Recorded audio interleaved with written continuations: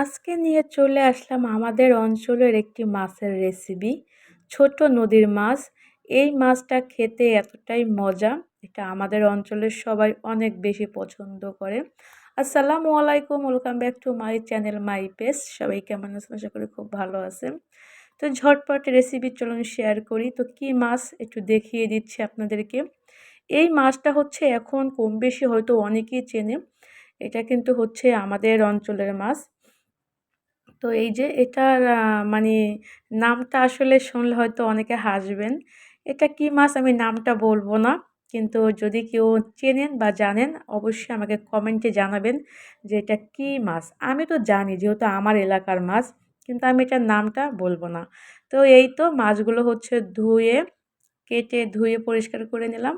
এবার হচ্ছে চলুন মূল রান্না শুরু করে দিই। একদমই সিম্পল একটা রান্না, কিন্তু গরম গরম ভাতের সাথে খেতে না খুবই টেস্ট। এখানে হচ্ছে আমি সরষের তেল ব্যবহার করলাম।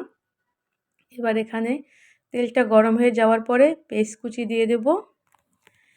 আসলে এইসব ধরনের রান্নাগুলো কিন্তু একদম গ্রাম অঞ্চলের রান্না, খুবই অতি সাধারণ রান্না, কিন্তু এগুলো কিন্তু খেতে আসলে খুব টেস্ট হয়। যারা কখনো খাননি একবার খেয়ে দেখবেন, আশা করি অনেক বেশি ভালো লাগবে। তো যেহেতু নতুন আলু আছে, আমি জাস্ট অল্প একটু পরিমাণে আলু এখানে দিয়ে দিলাম। এটা চাইলে নাও দিতে পারেন। একটু আদা বাটা, একটু রসুন বাটা দিয়ে দিলাম। এবার এটাকে হচ্ছে তেলে একটু ভেজে নেব। হালকা একটু ভেজে নেওয়ার পর এখানে হচ্ছে আমি পানি অ্যাড করে দেব। একটু ভেজে নিতে হবে, তাহলে ভালো হবে, যাতে আদা রসুন আলুটা একটু ভাজা হয়ে যাবে। তো এখানে হচ্ছে একটু পানি অ্যাড করে দিলাম। এবার হচ্ছে যে মশলাগুলো লাগবে, মানে হলুদ, মরিচ, নুন, এগুলো সব আমি একে একে সবই দিয়ে দেব। এখানে স্বাদ মতো নুন দিয়ে দিলাম, একটু মরিচের গুঁড়া দিয়ে দিলাম, পরিমাণ মতো হলুদের গুঁড়া দিয়ে দিলাম। আমি হচ্ছে এখানে ধনিয়া আর জিরা গুঁড়া একটু পরিমাণে দিয়ে দিছি, কারণ এক্সট্রা ধনিয়ার পাতা ব্যবহার করব, কাঁচামরিচ ব্যবহার করব, সেই জন্য গুঁড়া মশলাগুলো অল্প পরিমাণেই দিয়ে দিলাম। আসলে মশলাটা হচ্ছে আপনারা ঝাল যে যেরকম খেতে চান ওইভাবেই ব্যবহার করবেন। অনেকে আছে যে নুনটা একটু চওড়া খান, কেউ হালকা খান। তো ওটা হচ্ছে যার যার রুচি অনুসারে ব্যবহার করবেন।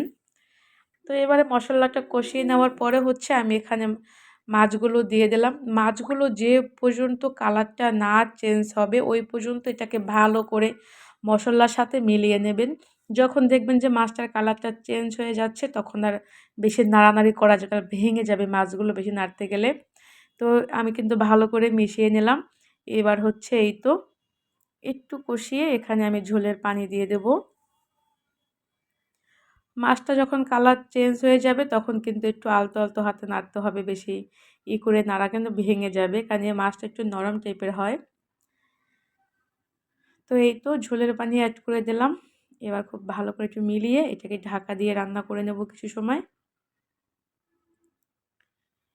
তো এই যে দেখুন বলক চলে আসছে। আমি আবারও একটু হালকাভাবে মিলিয়ে দিচ্ছি।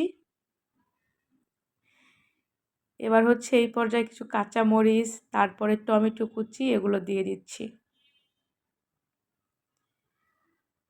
এই মাছটা যারা কখনো খান না একবারে খেয়ে দেখবেন। দামও কম, হয়তো 200-1200 টাকা কেজি নেয়। তো খেতে কিন্তু খুবই টেস্ট হয়। এটা হচ্ছে বরিশাল, পটুয়াখালী, বরগুনা, মানে এইসব অঞ্চলে যারা আছে সবাই কিন্তু খুব মজা করে খায়।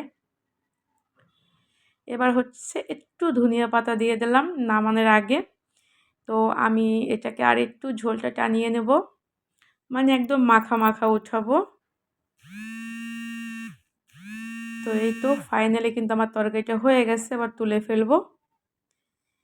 তো এই যে আমি হচ্ছে একটা বাটিতে নিয়ে নিলাম, দেখুন জাস্ট এটা কালারটা দেখুন যে কতটা সুন্দর হয়েছে, আর দেখতেই কিন্তু লোভনীয় হয়েছে। এটা যার সামনে তৈরি করে দেবেন না, সেই আসলে খুব যত্ন সহকারে এটা খাবে। আর এটা খেতে কিন্তু খুবই টেস্ট। এই মানে মাছটা খুব ছোট, কিন্তু এর স্বাদটা কিন্তু অনেক বেশি। কেমন লাগলো আজকের রেসিপিটা অবশ্যই জানাবেন।